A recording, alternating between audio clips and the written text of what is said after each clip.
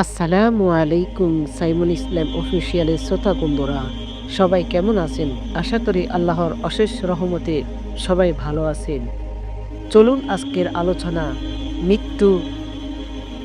মানুষের জীবনে যে নির্ধারিত শরবত পান করতে হবে তা হলো মৃত্যু। এমন কোনো জীব নেই যে মৃত্যু স্বাদ নেবে না। আর যাই হোক, সৃষ্টি জগতের কোনো জীবন বিনিময়ের মাধ্যমে মৃত্যুর হাত থেকে রক্ষা পাবে না। আল্লাহ তাআলা বলেন, তোমরা যেখানে থাকো না কেন মৃত্যু তোমাদের নাগাল পাবেই, যদিও তোমরা উঁচু দুর্গে অবস্থান করো। সূরা নিসা আয়াত ৭৮। মৃত্যুর কথা স্মরণ করে পরকালের জবাবদিহিতার জন্য যারা দুনিয়াতে প্রস্তুতি গ্রহণ করবে তাদের জন্য রয়েছে পরকালের চিরস্থায়ী জীবনের মুক্তি। জান্নাতে সুঘ্রাণ ও প্রশান্তি সুনিশ্চিত, যার নিশ্চয়তা প্রদান করেছে স্বয়ং রসুল আরবি। সুতরাং চিরস্থায়ী পরকালের চিরশান্তির জন্য দুনিয়া থেকে প্রস্তুতি গ্রহণ করা জরুরি। যারাই পরকালের জবাবদিহিতার বিষয়টি নিশ্চিত ভেবে আমল করবে তাদের জন্য রয়েছে সুসংবাদ। হযরত বারা ইবনে আযিব রাদিয়াল্লাহু আনহু বর্ণনা করেন, বলেন, আমরা রাসূল সাল্লাল্লাহু আলাইহি সাল্লামের সঙ্গে এক আনসারী সাহাবীর জানাজার উদ্দেশ্যে রওনা হলাম। আমরা তার কবর পর্যন্ত পৌঁছালাম। তখন তাকে কবরে শোয়ানো হলো। রাসূল সাল্লাল্লাহু আলাইহি সাল্লাম বলেন, আমরাও তার সঙ্গে বসলাম, যেমন আমাদের মাথার উপরে পাখি বসে আছে। রাসূল সাল্লাল্লাহু আলাইহি সাল্লামের হাত একটি লাঠি ছিল। তিনি লাঠির মাথা দিয়ে জমিনে আঘাত করেন। পরে তিনি উপরের দিকে মাথা তোলেন এবং বলেন, তোমরা আল্লাহর কাছে আযাব কাকে পানা চাও? তোমরা আল্লাহর কাছে আযাব থেকে পানা চাও। এ কথা তিনি 2-3 বার বললেন। এরপর রাসূল সাল্লাল্লাহু আলাইহি সাল্লাম ইরশাদ করেন, কোনো মুমিন বান্দার যখন দুনিয়া ত্যাগ করে আখিরাতে পাড়ি জমানোর মৃত্যুর সময় উপস্থিত হয়, তখন আসমান থেকে সাদা চেহারা বিশিষ্ট ফেরেশতারা নিচে নেমে আসেন। তাদের চেহারা সূর্যের মতো আলোক জল। তাদের সঙ্গে থাকে বেহেশতের কাফন ও আতর।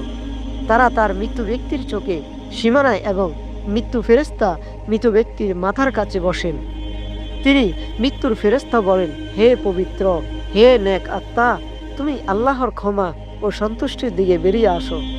তখন আত্মা বেরিয়ে আসে, যেভাবে কলসি থেকে পানির ফোঁটা বেরিয়ে আসে। তখন ফেরেশতারা আত্মাকে ধরবেন, তাকে বেহেশতের আতর যুক্ত কাফনে রাখবেন।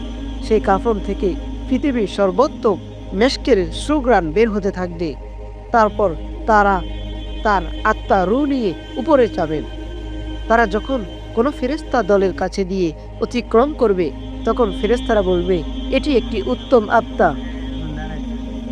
বহনকারী ফেরেশতারা বলবেন, এটি উমুকের আত্মা। অর্থাৎ তারা দুনিয়া ও তার নামের পরিচয় দিবেন। তারা দুনিয়ার আসমান পর্যন্ত দরজা খুলে দিতে বলবেন। তখন দরজা খুলে দেওয়া হবে।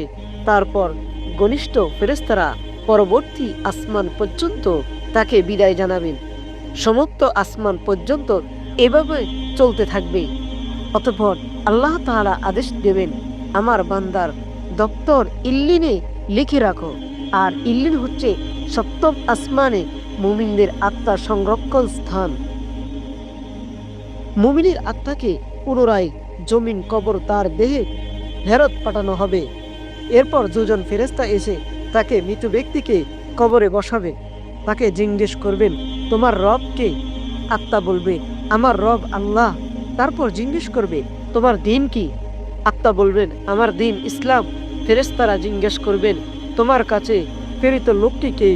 আত্মা বলবেন, তিনি আল্লাহর রসুল। তারপর জিজ্ঞেস করবেন, তুমি কিভাবে জানো? আত্মা বলবেন, আমি আল্লাহর কিতাব পড়েছি, এরপর ঈমান এনেছি এবং তা বিশ্বাস করেছি।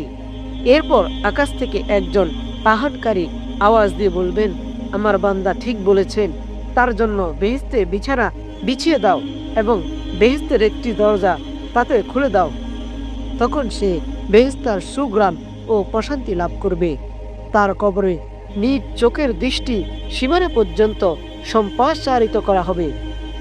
রাবি বলেন, তার কাছে সুন্দর চেহারা বিশিষ্ট একজন লোক আসবে, যার পরনে সুন্দর কাপড়, শরীর সুগান থাকবে। সে বলবে, তুমি সুখের সংবাদ গ্রহণ করো। এটি সেই দিন যেদিন সম্পর্কে তোমার প্রতিশ্রুতি দেওয়া হয়েছিল। আত্মা প্রশ্ন করবে, তুমি কে? সুন্দর চেহারা নিয়ে কে আমাকে সুসংবাদ দিচ্ছ? লোকটি উত্তর দেবে, আমি তোমার নেক আমল বা ভালো কাজ। তারপর আত্মা ফরিয়াদ করতে থাকবে, হে আমার রব, কিয়ামত কায়েম করো, কিয়ামত ঘটাও, যেন আমি আমার পরিবার, পরিজন ও মাল সম্পদের কাছে যেতে পারি। আল্লাহ তাআলা মুসলিম উম্মার সব বান্দাকে দুনিয়া কোরআন সুন্নাহ মোতাবেক চলার মধ্যে পরকালের চিরস্থায়ী জীবনের সুখ শান্তি লাভের তৌফিক দান করো।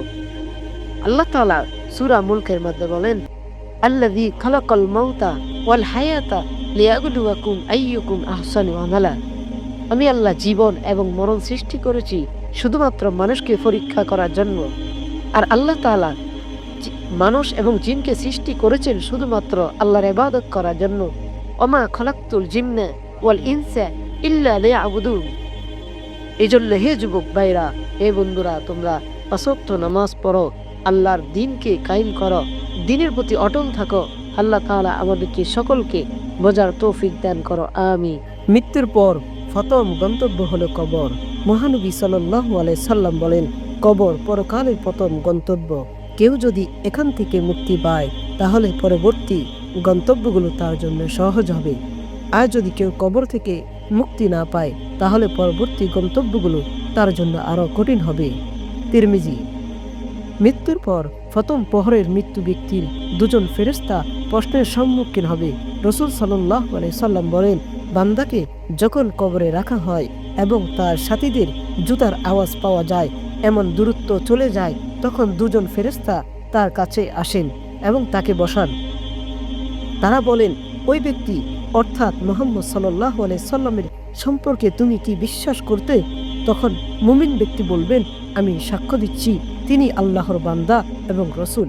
তখন তাকে বলা হবে, জাহান্নামে তোমার স্থানের দিকে দেখো, আল্লাহ তোমাকে এর বদলতে জান্নাতের একটি স্থান দান করেছি।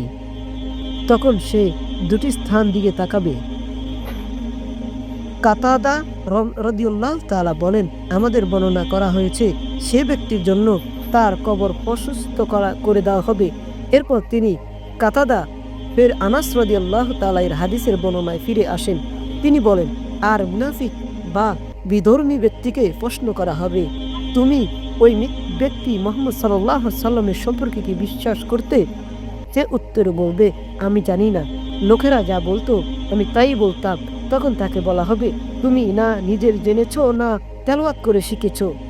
তাকে লোহার মুগুর দ্বারা এমন ভাবে আঘাত করা হবে, ফলে সে এমন বিকট চিৎকার করে উঠবে, দুজন জাতি মানুষ ও জিন ছাড়া তার আশেপাশের সবাই তা শুনতে পাবে।